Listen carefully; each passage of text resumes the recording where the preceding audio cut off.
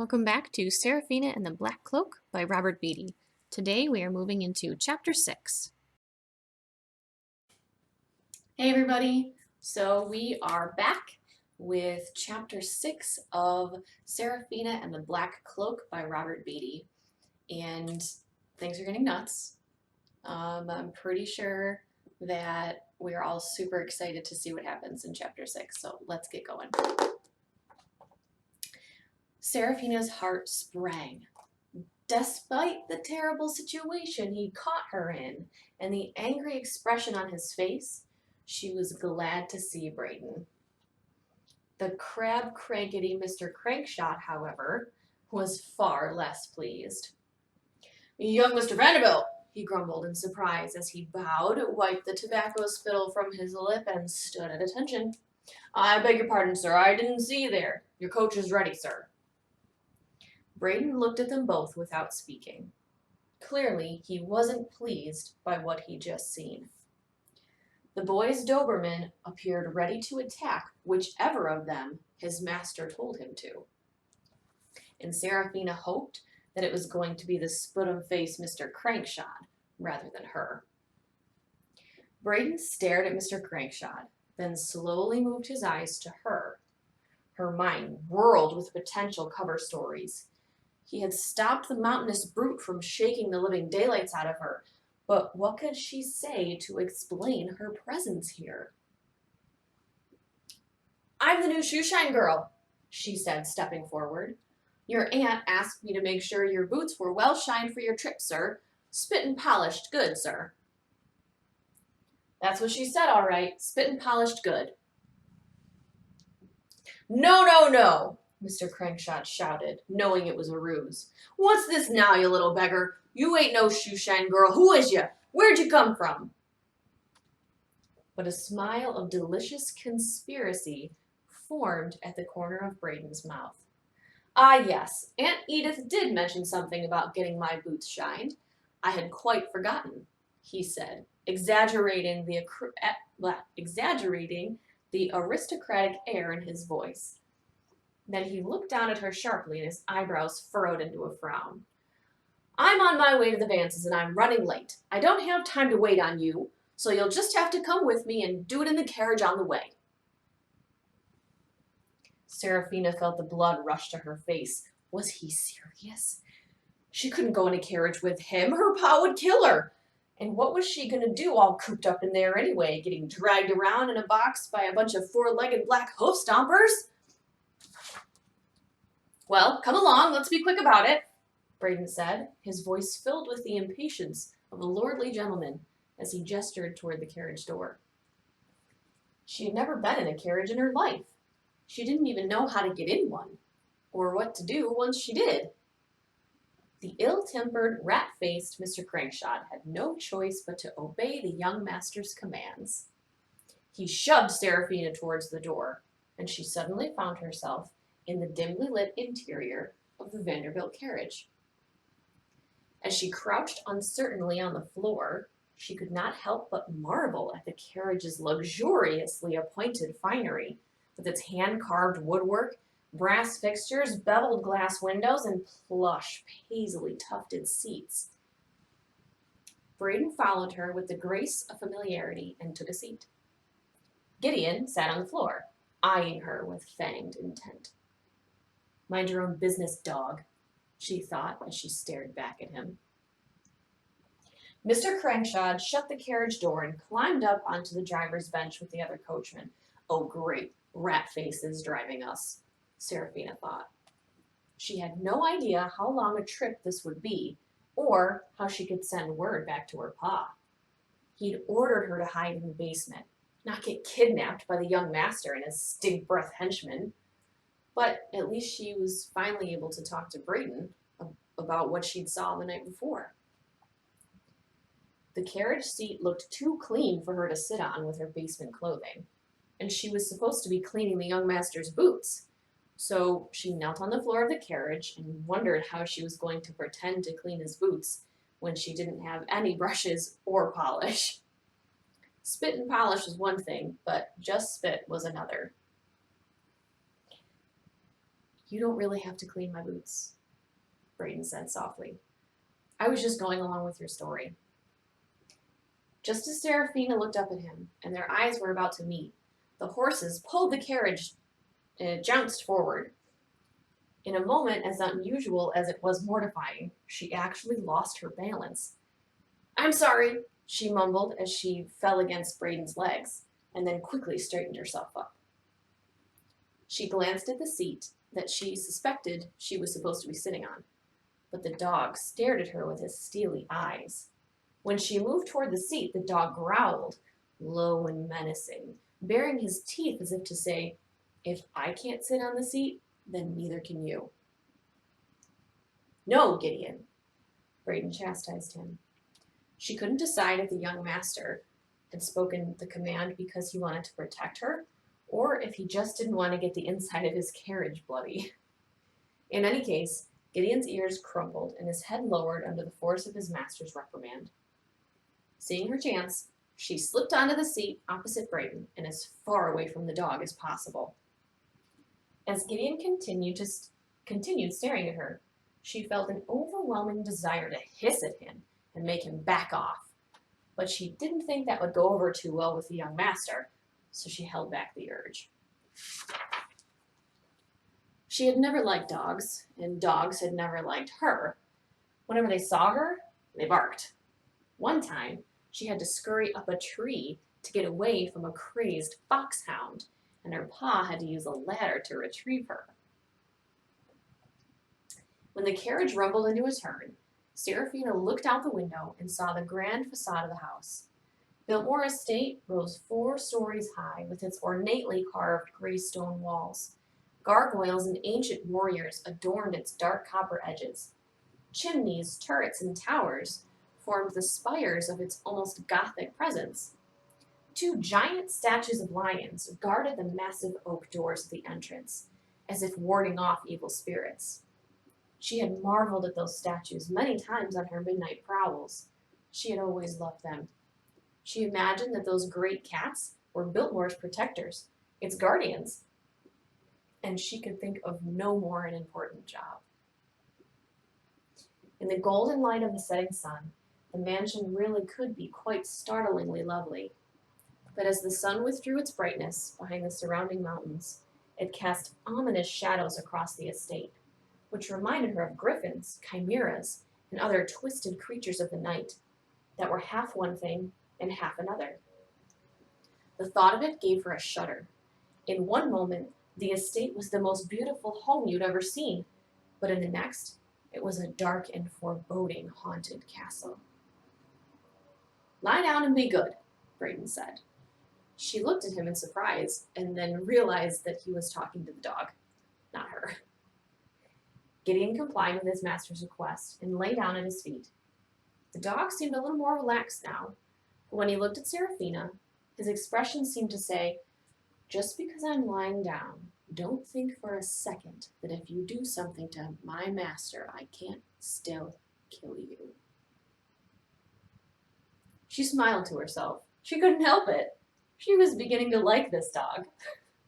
She could understand him, his fierceness and his loyalty. She admired that. As she tried to get used to the rumbling motion of the moving carriage, she noticed that Braden was studying her. I've been looking for you, he said.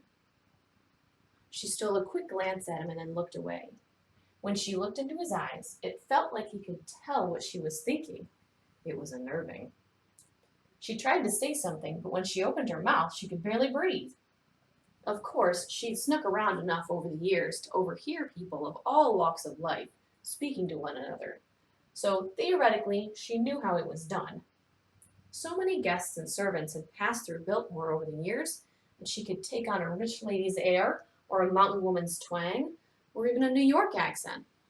But for some reason, she struggled mightily to find the right words, any words, to say to the young master. I'm sorry about all this, she said finally.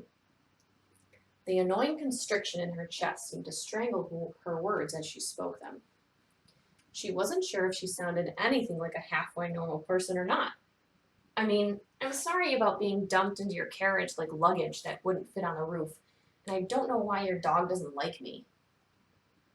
Braden looked at Gideon and then back at her.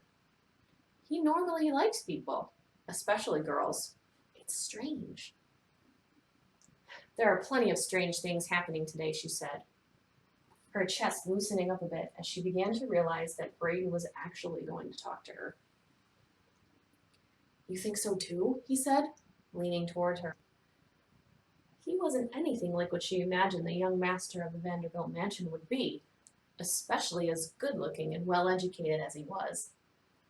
She had expected him to be snobbish, bossy, and aloof, but he was none of these things. I don't think Clara Brahms is hiding, he said in a conspiratorial tone. Do you? No, she said, raising her eyes and looking at him. I definitely don't. She wanted to pour it all out and tell him everything she knew. That had been her plan all along. But her pa's words kept going through her mind. They ain't our kind of folks, Sarah. Whatever he was, Braden seemed to be a good person. And as he was talking to her, he didn't judge her or discount her. If anything, he actually seemed to like her. Or maybe he was just fascinated by her in the same way he would be by a weird species of insect he'd never seen before. But either way, he kept talking. She's not the first one, you know, he whispered. What do you mean? She said, drawing closer to him. 2 weeks ago, a 15-year-old girl named Anastasia Rostonova went out for a walk in the evening in the Rambles, and she didn't come back. Really? She asked, hanging on every word. She had thought she had something to tell him, but it turned out that he had just as much to tell her. A boy who whispered about kidnappings and skullduggery was the kind of boy she could learn to like. She knew the Rambles well, but she also knew that the shrubbery maze of crisscrossing paths caused many people great confusion. Everyone said Anastasia must have wandered into the forest and gotten lost, he continued, or that she ran away from home. But I know they're wrong. How do you know? She asked, keen to hear the details. The next morning, I found her little white dog wandering around the paths of the Rambles. The poor dog was frantic, desperately searching for her. Braden looked at Gideon. I didn't know Anastasia well. She'd only been visiting with her father for a couple days when she disappeared. But I don't think she would have run away and left her dog behind. Serafina thought that sounded about right. Braden seemed as loyal to Gideon as Gideon was to him. They were friends, and she liked that. Then she thought about that poor girl and what might have happened to her. Anastasia Rostonova. She repeated the funny-sounding name. She's the daughter of Mr. Rostonov, the Russian ambassador, Braden explained. She told me that Russian girls always have to put an A at the end of their name. What does she look like? She asked, wanting to make sure she hadn't gotten her kidnapped rich girls mixed up. She's tall and pretty, and she has long, curly black hair, and she wears elaborate red dresses that look really hard to walk in. Do you think she vanished like Clara Brahms? Serafina asked. Before he could answer, something caught her eye through the carriage windows. There were trees on either side of the carriage. They were traveling down a narrow dirt road that wound through a thick and darkened forest, the very forest that her pa had warned her to never enter, and the forest where she had been born. She couldn't help but feel a pang of trepidation. Where are we going exactly? My aunt and uncle are worried about me, so they're sending me to the Vances in Asheville for the night to keep me out of harm's way.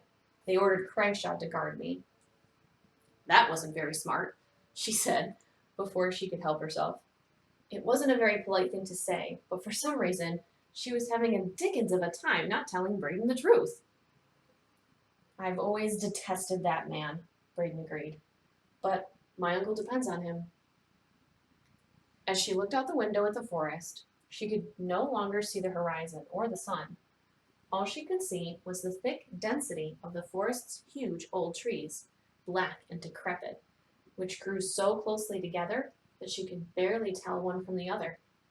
It seemed a dark and foreboding place for anyone to even visit, let alone live. But there was something that excited her about it, too. But then she felt a sinking sensation in her stomach. Somewhere, miles behind them, was Biltmore. Her pa would be wondering why she wasn't showing up for dinner. No chicken or grits tonight, Pa. I'm sorry, she thought. Try not to worry about me. A day ago, she had been leading a perfectly normal life, catching rats in the basement. And now, everything had turned so bizarre. Pulling her gaze away from the forest, she finally turned to Brayton, swallowed hard, and began to say what she'd come for. There's something I need to tell. How come I've never seen you before? He interrupted. What? She asked, taken aback. Where do you come from? Yeah, good question, she said before she could stop herself, imagining the bloody pile of dead creatures her pa had plucked her from. I'm serious, he said, staring at her. Why haven't I seen you before? Maybe you haven't been looking in the right places, she shot back at him, feeling cornered. But when she saw his eyes, she realized that he wasn't going to give up. Her temples began to pound, and she couldn't think straight. Why was he asking all these infernal questions? Well, where do you come from? Oop, let me say that one again. Well, where do you come from? She asked, trying to throw him off the trail. You know I live at Biltmore, he said gently. I'm asking about you. She stammered, staring at her lap. Maybe you met me before and just forgot, she said. I would have remembered you, he said quietly. Well, maybe I'm just visiting for the weekend, she said weakly, looking at the floor. He wasn't buying any of it. Please tell me where you live, Serafina, he said firmly. It surprised her when he said her name like that. It had tremendous power over her, like she had no choice but to look up at him and meet his gaze, which turned out to be a serious mistake. He was looking at her so intently that it felt as if he were casting a spell of truth on her. I live in your basement, she said, and was immediately shocked that she'd actually uttered it out loud. He had powers over her that she didn't understand. He stared at her as her words hung in the air. She could see the confusion in his face and sense the questions forming in his mind. She had no idea why she said it. It had just come flying out of her mouth. But she'd done it. She'd said it out loud, straight to his face. Please forgive me, Pa. She'd wrecked everything. She'd ruined their lives. Now her Pa would be fired. They'd be kicked out of Biltmore. They'd be forced to wander the streets of Asheville, begging for scraps of food. No one would hire a man who'd lied to his employer, holed up in his basement, and stolen food from him for his 8-toed daughter. No one. She looked at Brayden. Please don't tell anyone, she said quietly. But she knew there were no claws in that paw. Nothing at all to protect her. If he'd wanted to, he could tell anyone. Mr. Crankshot, Mr. Bozeman, even Mr. and Mrs. Vanderbilt. And then the life she and her pa had made together at Biltmore would be over. They might even go to prison for stealing food all those years. Just as Brayden was about to speak, the horses screamed, and the carriage slammed to a halt. She was hurled across the open space and crashed into him. Gideon leapt to his feet and began to bark wildly. Something has happened, Brayden said fiercely as he untangled himself from her and opened the carriage door. It was pitch dark outside. She tried to listen for what was out there, but her heart pounded so loudly that she couldn't hear a thing. She tried to calm herself down and really listen, but the forest was too quiet. There were no owls, no frogs, no insects, no birds, none of the normal night sounds she was used to hearing. Just silence. It was like every living creature in the forest was hiding for its dear life, or already dead. Mr. Crankshot? Brayden asked uncertainly into the darkness. No answer came. The hairs on the back of Serafina's neck stood on end. Braden stepped partway out of the carriage and looked up at the driver's bench at the front. "There's no one there," he said in astonishment. "They're both gone." The 4 horses were still in the harnesses, but the carriage had stopped dead on the road, right in the middle of the forest. Bum, bum, bum. So that is the end of chapter 6. And then we're on to chapter 7. Whew! All right, my friends. I will see you next time. Bye, Renegades. Make sure to hit the like and subscribe button so you can stay up to date on all of our Serafina and the Black Cloak chapters. See you later, Renegades.